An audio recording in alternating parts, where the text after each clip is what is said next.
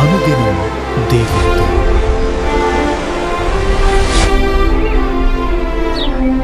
Praise the Lord. అనుదినం దేవునితోనే కార్యక్రమాన్ని చూస్తున్న మీ అందరికీ మన ప్రభు అయిన రక్షకుడైన యేసుక్రీస్తు ఘనమైన నామంలో మీ అందరికీ వందనాలు. ఉదయకాలం దేవుని వాక్యం చూసుకుందాం. లూకా సువార్త 19వ అధ్యాయం 40వ వచనం. వీరు ఊరకుండిన ఎడల ఈ రాళ్ళు కేకలు వేయును. యేసు ప్రభువారు ఒలివల కొండను సమీపించినప్పుడు జన సమూహము గొప్ప శబ్దముతో హోసన్నా అని కేకలు వేస్తూ ఉన్నారు. అది చూసినటువంటి పరిసయ్యులు యేసుక్రీస్తు ప్రభువారి వద్దకు వచ్చి వారిని ఊరకుండమని చెప్పు అని అడుగుతున్నారు.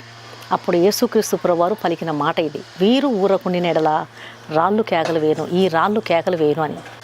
మనం ఎప్పుడు కూడా ప్రభువును ప్రకటించాలి, ఆయన చేసినటువంటి కార్యాలను గురించి ప్రకటించాలి అనేది దేవుని సంకల్పం. ఆయన చేసినటువంటి మేలులను గురించి, ఆయన త్యాగాన్ని గురించి, ఆయన ప్రేమను గురించి, ఆయన రక్తంలో ఉన్నటువంటి శక్తిని గురించి, ఎలాంటి పాపినైనా సరే యేసుక్రీస్తు ప్రభువారు క్షమిస్తారు, విడిపిస్తారు, ఆయన ప్రజలను స్వస్థపరుస్తారు. ఆయన చేసినటువంటి కార్యాలను గురించి ప్రకటించాలి అనేది దేవుని యొక్క సంకల్పం. బ్రెండా అనేటువంటి ఒక యవనస్తురాలికి తాగుబోతైనటువంటి తండ్రి ఉన్నాడు. తన తండ్రి తాగుబోతు అయినందువలన ఈ అమ్మాయి కూడా ఏమాత్రము భయభక్తులు లేకుండా, క్రమశిక్షణ కలిగిన జీవితం లేకుండా విచ్చలవిడిగా జీవిస్తూ మాదక ద్రవ్యాలకు బాగా అలవాటైపోయింది. మాదక ద్రవ్యాలకు బానిస ఇవ్వడమే కాకుండా దొంగతనాలు కూడా చేయడం మొదలుపెట్టింది. దేవుని బిడ్డారా గమనించండి, ఇంటిలో ఒక తండ్రి, యజమానుడైనటువంటి తండ్రి, మంచి మాదిరిని చూపించాల్సినటువంటి తండ్రి దుర్వ్యసనాలకు కనుక అలవాటైపోయినట్లయితే, బానిస అయిపోయినట్లయితే అక్కడ ఉన్నటువంటి పిల్లలకు నిరీక్షణ ఉండదు. దొంగతనాలకు, దుర్వ్యసనాలకు, చెడు అలవాట్లకు, చెడు ఫ్రెండ్షిప్కు పిల్లలు త్వరగా బానిసలు కావడానికి అవకాశం ఉంది. అట్లనే ఈ అమ్మాయి కూడా దొంగతనాలకు కూడా అలవాటైపోయింది. అట్లా దొంగతనాలు చేస్తూ చేస్తూ ఒకరోజు పోలీసు వాళ్ళకు పట్టబడింది. పోలీసు వాళ్ళు ఈ అమ్మాయిని అరెస్ట్ చేసి జైల్లో వేసినారు. జైల్లో ఉన్నప్పుడు ఈ పాపకు జీవితం మీద విరక్తి చెంది ఆత్మహత్య చేసుకోవాలి అనుకుందంట.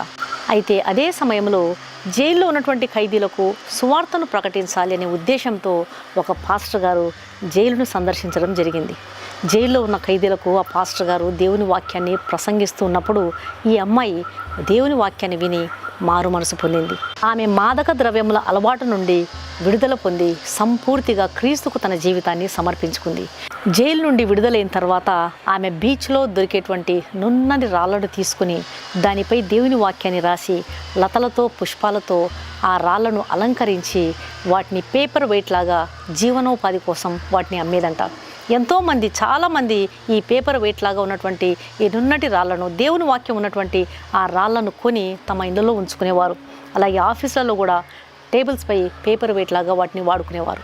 రాళ్ళు ప్రభువుని గురించి సాక్ష్యం ఇస్తూ ఉన్నాయి. దేవుని బిడ్డలారా, మనము ప్రయాణం చేస్తున్నప్పుడు కొన్నిసార్లు మనం గమనించి చూసినట్లయితే ఈ వైపుకు దారికి రెండు వైపులా ఉన్నటువంటి కొండల మీద దేవుని వాక్యాలు చాలామంది పెయింట్లతో రాసి ఉండడాన్ని మనం గమనిస్తుంటాం. ఆ రాళ్ళు, ఆ కొండలు కూడా దేవుని వాక్యాన్ని, దేవుని నామాన్ని అవి ప్రకటిస్తూ ప్రభువును మహిమపరుస్తున్నాయి. ప్రభు అయిన యేసునందు విశ్వాసం ఉంచుము, అప్పుడు నీవును నీ ఇంటి వారును రక్షణ పొందుదురు. యేసు రక్తం ప్రతి పాపము నుండి మనలను కడిగి శుద్ధీకరించును. ఇలాంటి వాక్యాలన్నీ కూడా రాళ్ల మీద రాసి ఉండడం మనం గమనించి చూస్తుంటాం. ఆ రాళ్ళు కూడా దేవుని వాక్యాన్ని ప్రకటించి దేవుని మహిమపరుస్తున్నాయి. ఆయనను వెంబడించేటువంటి మనం ఆయనను ప్రకటించాలనేదే దేవుని సంకల్పం. ఆయన ప్రేమను, ఆయన త్యాగాన్ని, ఆయన ఇచ్చేటువంటి ఉచితమైన రక్షణను, ఆయన కార్చినటువంటి రక్తాన్ని ప్రజలకు మనం ఖచ్చితంగా బోధించాలి. ఎలాంటి బంధకాల నుండి నువ్వు విడిపించబడ్డావు, ఎలాంటి రోగం నుంచి ప్రభు నిన్ను స్వస్థపరిచి ఈరోజు ఆరోగ్యవంతునిగా చేశాడు, ఎలాంటి బీదరికంలో ఉన్నటువంటి నిన్ను ప్రభు నీ ఇంటిని దర్శించి నీ చేతి పనులను ఆశీర్వదించి అనేకులకు దీవెనకరంగా దేవుడు నిన్ను ఉంచాడు, ఎలాంటి రోగం నుంచి, మరణకరమైన అపాయం నుంచి ప్రభు నిన్ను విడిపించాడు, ఏ రీతిగా ఆయన నిన్ను దర్శించాడు, ఏ రీతిగా నిన్ను ముట్టినాడు, ఏ రీతిగా నిన్ను ఆశీర్వదించాడు, ఇవన్నీ కూడా తప్పకుండా మనం ప్రకటించే వారంగా ఉండాలి. మనం కనుక మౌనంగా ఉన్నట్లయితే రాళ్ళు దేవుని గురించి ప్రకటిస్తాయి. ఆ రాళ్ళు దేవుని నామమును ప్రకటించి ప్రభువును మహిమపరుస్తాయి. రాళ్ళు దేవునికి సాక్షులుగా ఉంటాయి. కాబట్టి మనకున్న పరిధిలో ఏ విధంగా దేవుడు నిన్ను పాపము నుంచి విడిపించాడు అవన్నీ కూడా మనం ప్రకటించేవారుగా ఉండాలి. అదే దేవుని యొక్క సంకల్పం. మనం మౌనంగా ఉన్నట్లయితే రాళ్ళు కేకలు వేస్తాయి. కాబట్టి నా ప్రియమైన దేవుని బిడ్డలారా, ఆయన నీ జీవితంలో చేసిన కార్యాల గురించి ఎన్నడూ మౌనంగా ఉండవద్దు. వాటిని ప్రకటించి అనేక ఆత్మలను దేవుని రాజ్యంలోకి తీసుకుని రాగలుగుటకు ప్రభు మీకు కృప చూపును గాక. కళ్ళు మూసుకోండి, ప్రార్థన చేస్తాం. పరిశుద్ధుడైన మా ప్రియ పరలోకపు తండ్రి, ఉదయకాలము మీరు ఇచ్చిన శ్రేష్టమైన వాక్యానికి స్తోత్రం ప్రభువా.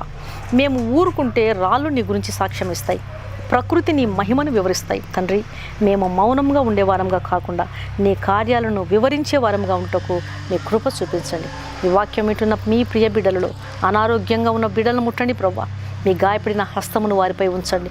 ప్రత్యేకంగా దీపిక కొరకు నాయన, మరి ఆ సహోదరి కొరకు ప్రార్థన చేస్తూ ఉన్నాం. అనారోగ్యంగా ఉన్నట్లు మరి తెలియపరిచారు నాయన, వారిని మీరే ముట్టండి తండ్రి, స్వస్థపరచండి. అలాగే నమ్మి రెంట్కి ఇచ్చినటువంటి వారు ఖాళీ చేయకుండా సతాయిస్తున్నారని కొంతమంది బిడ్డలు తెలియపరిచారు. మా బిడ్డలకు సహాయం చేయండి ప్రభువా. ఆ కఠినలో హృదయమును మీరు మార్చండి నాయన.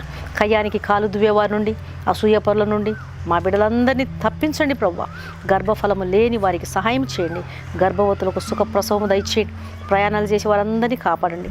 రక్షణ లేని ప్రజలకు రక్షణ దయచేయండి. దయతో నా ప్రార్థన ఆలకించమని యేసు నామమున అడిగి వేడుకుంటున్నాను తండ్రి, ఆమేన్. ఈ వాక్యం విన్న ప్రియమైన దేవుని బిడ్డలారా, దయచేసి దేవుని వాక్యం అనేకులు విని మేలు పొందే విధంగా, రక్షణ పొందే విధంగా దేవుని వాక్యాన్ని షేర్ చేయండి. ఛానల్ను సబ్స్క్రైబ్ చేసుకోండి. మీ ప్రార్థన అవసరాలను కామెంట్ సెక్షన్లో తెలియజేస్తున్నారు. చాలామంది కోసం ప్రార్థన చేస్తున్నాం. అనారోగ్యవంతుల కొరకు, భూమి తగాదాలు ఉన్న వారి కొరకు, భార్యాభర్తల మధ్య నెమ్మది లేని వారి కొరకు ఎన్నో సమస్యల గురించి మీరు తెలియజేస్తున్నారు. వాటి కోసం మేము ప్రార్థన చేస్తున్నాం. చాలామంది విడిపించబడ్డారు, జయం పొందినారు, ఫోన్లు చేస్తున్నారు, కృతజ్ఞతలు తెలుపుతున్నారు. మంచిది. అయితే దేవునికి సాక్ష్యంగా ఉండండి. ప్రభు మీ యందు కనికరపడి చేసినటువంటి ప్రతి ఒక్క కార్యం గురించి అనేకులకు తెలియపరచండి. అప్పుడే ప్రభు మహిమపరచబడతాడు. ఈ వాక్యం విన్న మీలో ఇంకా రక్షణ పొందని వారు ఎవరైనా ఉన్నట్లయితే దయచేసి క్రీస్తు ప్రభువారు ఇచ్చే ఉచితమైన రక్షణ స్వీకరించండి. ఆయన కార్చినటువంటి రక్తంలో కడుగుబడితేనే ఒక పాపికి రక్షణ, నిరీక్షణ, పాప క్షమాపణ, నిత్య జీవము దొరుకుతుంది. ఆయన ఇచ్చే ఉచితమైన రక్షణ స్వీకరించండి. ఆయన ఇచ్చే ఆహ్వానాన్ని తృణీకరించవద్దండి. ప్రభు మీ ఆత్మలను రక్షించునుగాక. God bless you.